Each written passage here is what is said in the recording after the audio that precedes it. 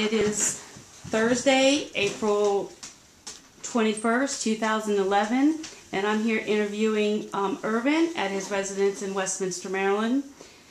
And I'm interviewing him as part of a collection that will be archived and viewed by others. And this is part of the Carroll County Community Media Center that puts it together. So, hello, how are you? How are you? I'm fine. Okay, I'll talk a little louder. Yes. First of all, I wanted to know where were you born? I was born in Baltimore, Maryland. And what year? When were you born? I was born.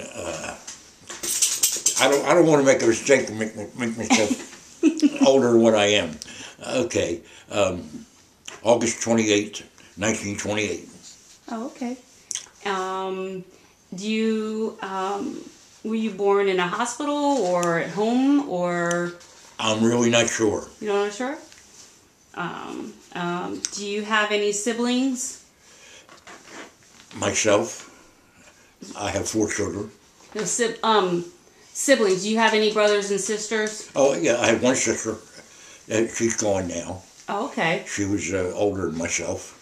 Oh, okay. And yeah, you said you had children, right? I had 4.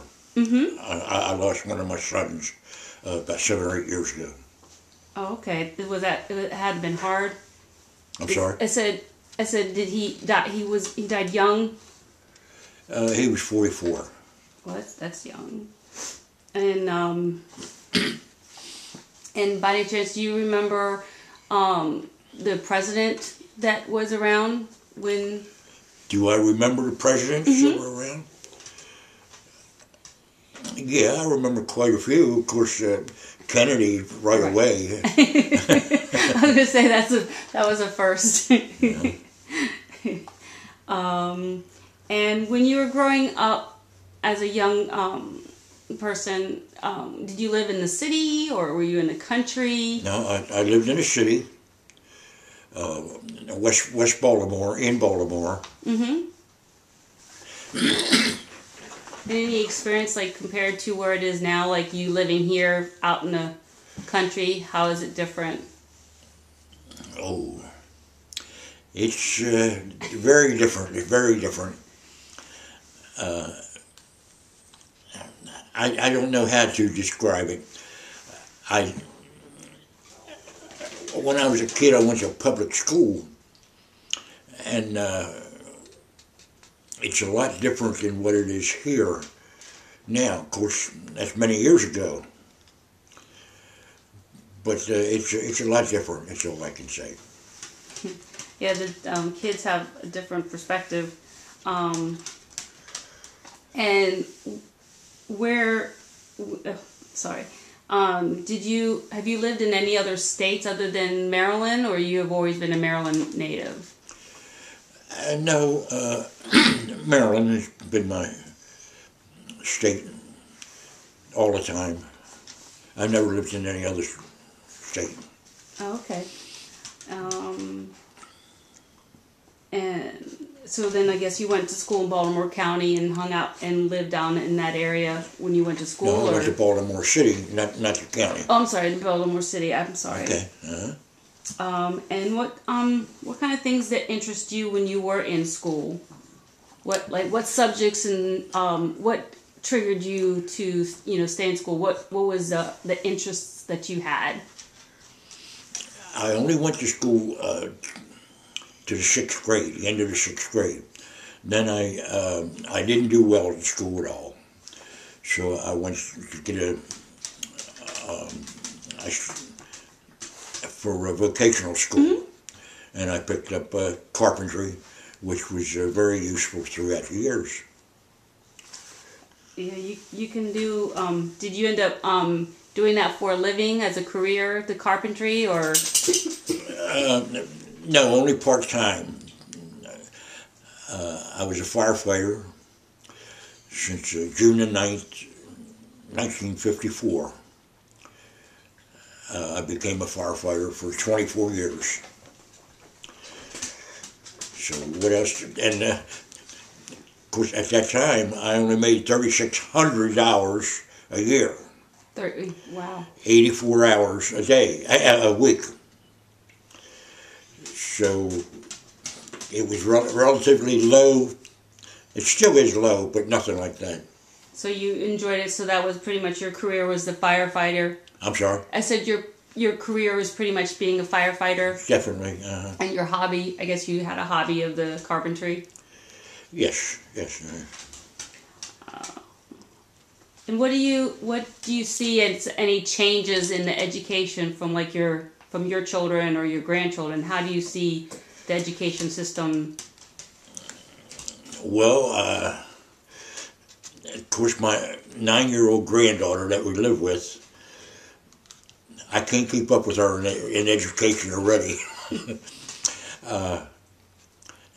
She's learned a lot, and I'm sure she's got a lot to learn yet. And it was entirely different, I'll say 70 years ago. And I'm sure it's getting better all the time.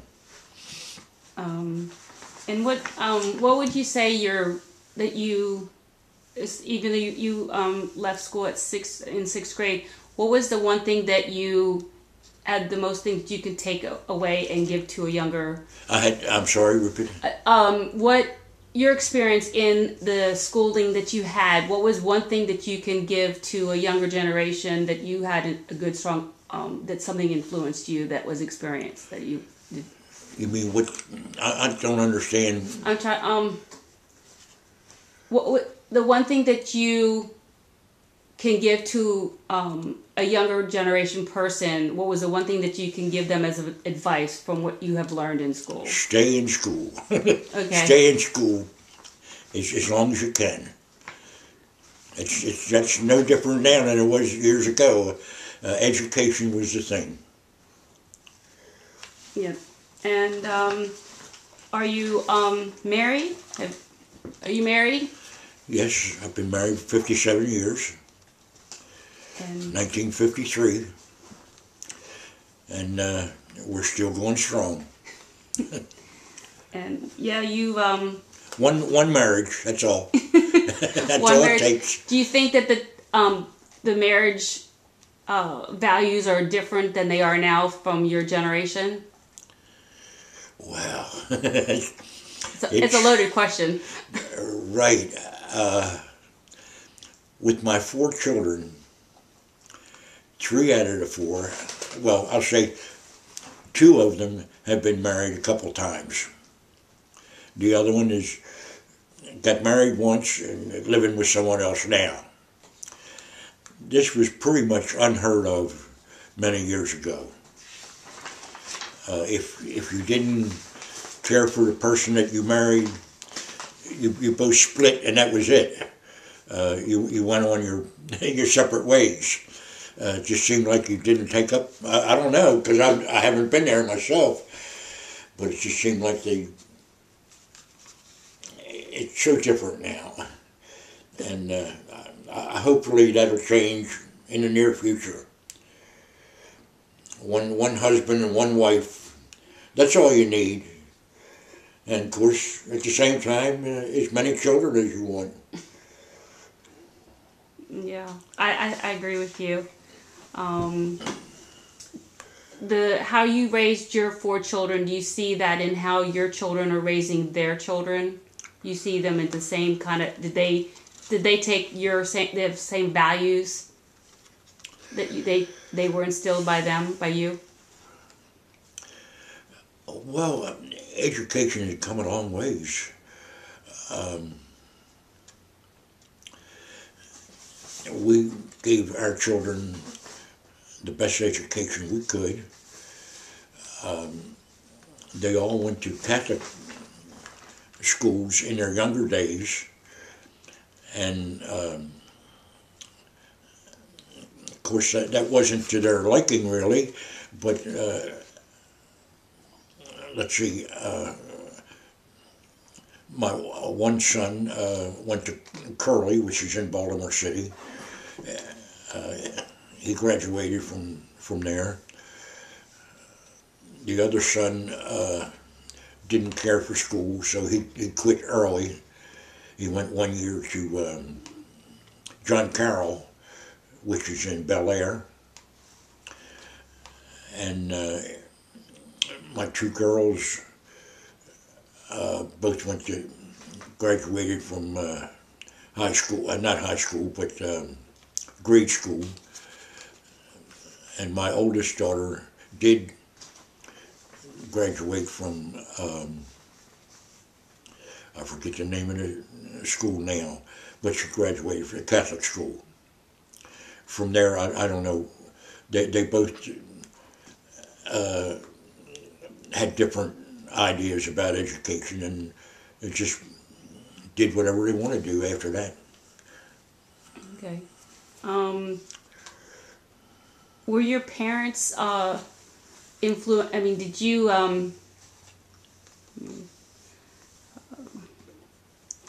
were your parents a big influence in your life?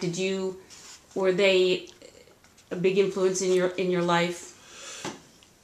My parents never did get along. They divorced when I became 15 or 16 years old.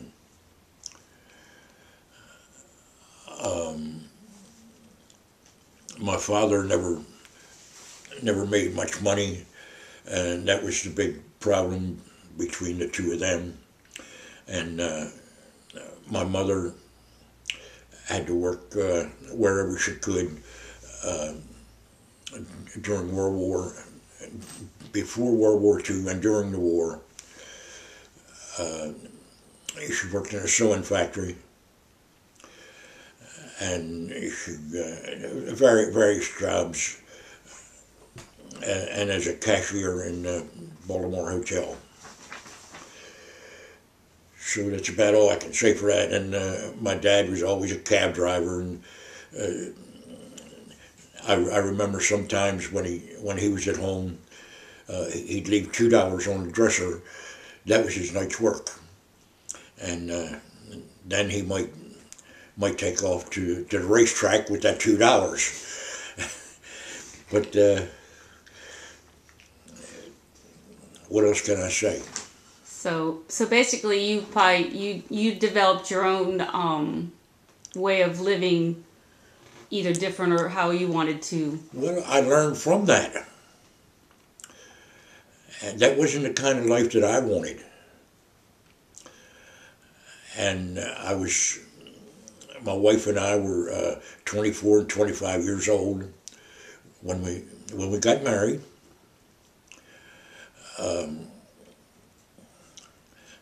She had a job as a secretary, and at the time I was doing a lot of carpentry work. And then about 4 or 5 months before we got married, that was a bad time for carpentry, and I didn't have a job. At the time we were married, I didn't have a job. So I had to do whatever I could. I drove a cab for a short period of time myself, and did various jobs to make a few dollars until I got in the fire department in June of '54. When you were growing up, do you have a friend that you had that you were growing up with that you had for a long time? Did you? I mean, like I'm saying, That I see now, you mean? Yeah, or did you keep a friendship that lasted from your youth?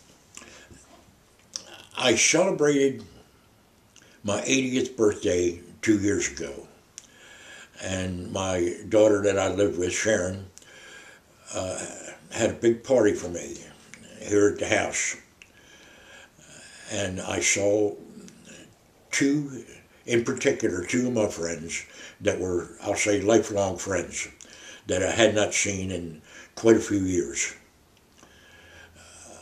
We grew up together. and we played together. But oddly enough, the three of us lived within a block of one another at that time, but we never went to school together. It was three different schools. These were public schools, and we all went to different public schools for some reason, within a block of each other. That's interesting. We lived within a block of each other, went to three different schools. I never could find a reason for that, but we were just on those borderlines, I guess.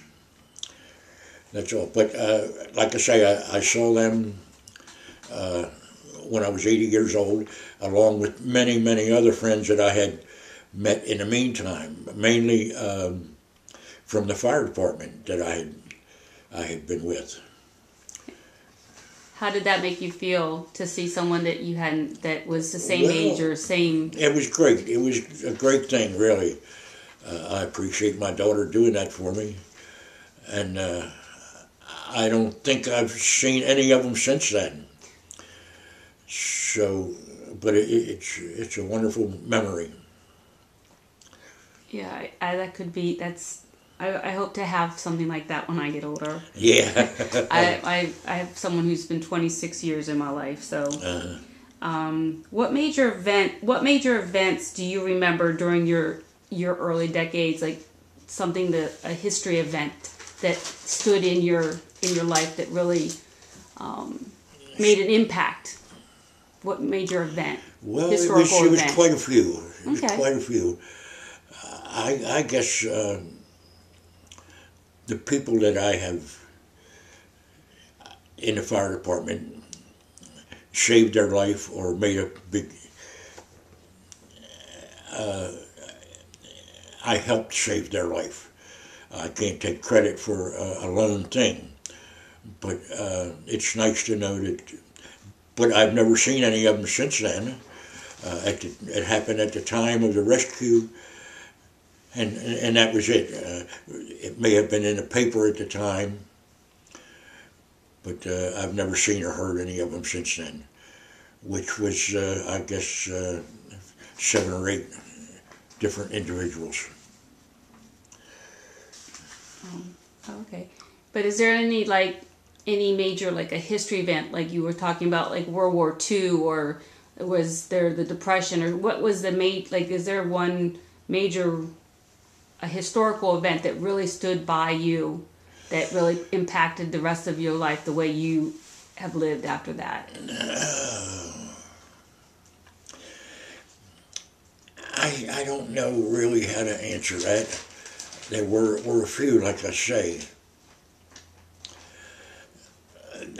The one thing that stands out in my mind, I was about 22 years old, and I drove a bus a lot, streetcar. I didn't have my own car until after we got married. And I was on the way to meet some friends of mine at a bar at the time, and I was early to meet them. So I passed by a bar on Baltimore Street, right around Packard Street. So I said to myself, I'll go in and have a beer and for about a half hour or so, which I did. I went in, and it was called the Crazy Cat. I went in, and I was only there a couple minutes. I didn't know anybody. First time I'd ever been there. And another young fellow about my age came in and sat down alongside of me. And he ordered his beer, and the bartender asked for his ID, which he gave him. A minute later or two, another man came and sat alongside of him, on the other side of him. And the bartender asked for his ID. I didn't know at the time, but I found out later that they were brothers. Well, his ID wasn't any good. He wasn't old enough.